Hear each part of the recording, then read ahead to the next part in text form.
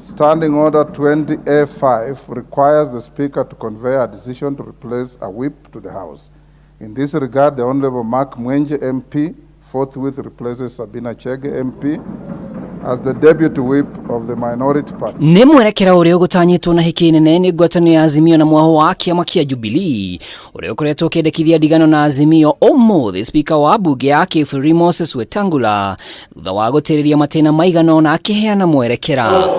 Wetangula arũmĩrĩire itua rĩa igoti inene rĩa Kiambu tarĩki 9 mweri-inĩ ũyũ thutha wa mũcemanio wa mbunge ya Azimio mweri-inĩ wa gatano kũhĩtũkia Sabina aikio nja. Honorable members, the Speaker will not shy away from the reality that two factions of the Jubilee Party are tearing each other apart and are unfairly dragging the Speaker into their wars of supremacy. Order, honorable members. Na thutha wa Azimio kũhĩta gũthararia ciikaro cia mbunge ũmũthĩ, rĩu nĩ ihũmũka kũrĩ Azimio ta ngwatanĩro, no kũrĩ Jubilee ndũgamano yambatĩra gĩkĩro-inĩ kĩngĩ. Consequently, the Honorable Sabina Chege, by virtue of the written support of 21 members out of 28 members of the Jubilee Party in the House, is allowed to perform in the interim the role of the whip of that party in the House. Would that Honorable Speaker be putting the Honorable Member for MBAKASI West in a very precarious situation, Honorable Speaker, because he may be construed to have defected from Jubilee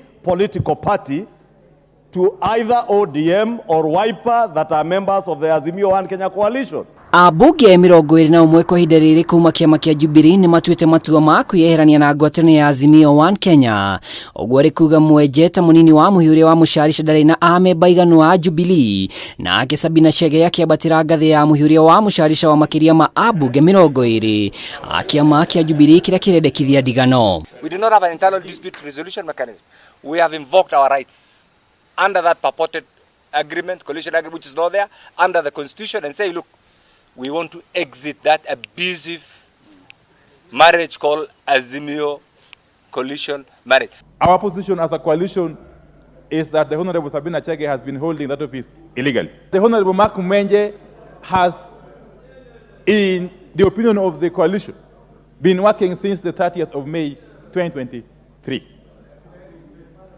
And therefore, the Honorable MWENJE deserves to be compensated appropriately for the work he has been doing since that time. Kuma ũmũthĩ mũmbunge MWENJE rĩu arĩa mũkagĩra njoherera ciothe cia gĩturwa kĩa mũnini wa MUHURI wa mũcarica warĩ kũringana na mwerekera wa Spika.